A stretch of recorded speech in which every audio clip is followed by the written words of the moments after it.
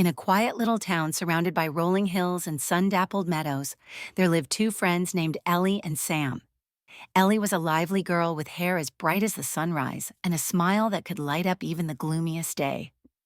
Sam, on the other hand, was a quiet boy with thoughtful eyes and a knack for fixing just about anything. Ellie and Sam had been inseparable since the age of 6 when Ellie first found Sam in the park, trying to fix a broken swing with a shoelace and a stick. She had marched right up to him, handed him her hair tie, and said, "That'll work better." From that day on, they were a team. Their favorite place in the world was an abandoned patch of land behind Ellie's grandmother's house. It was overgrown with weeds, the fence was half fallen, and a rusted watering can lay forgotten in one corner. Most people saw it as a mess, but to Ellie and Sam, it was a secret garden waiting to bloom. One spring, Ellie came to Sam with an idea. "Let's turn our secret garden into the most beautiful place in the world," she said, her eyes sparkling. "A place where everyone can come and feel happy." Sam hesitated. "It'll take a lot of work, and what if it doesn't turn out like we imagine?" Ellie grinned. "That's why we'll do it together."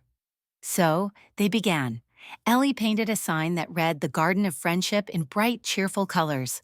Sam built a new fence out of salvaged wood. They spent hours pulling weeds, digging beds, and planting seeds.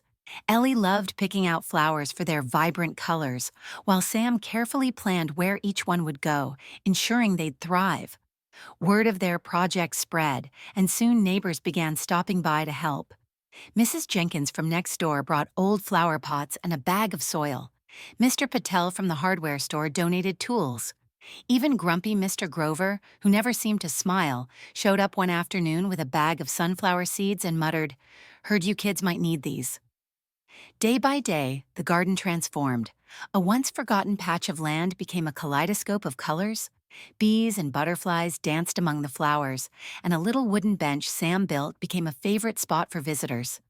Children laughed as they ran along the paths, and adults found peace sitting under the shade of the cherry tree Ellie and Sam had planted together. But the best part of the garden wasn't the flowers or the butterflies. It was the way it brought people together.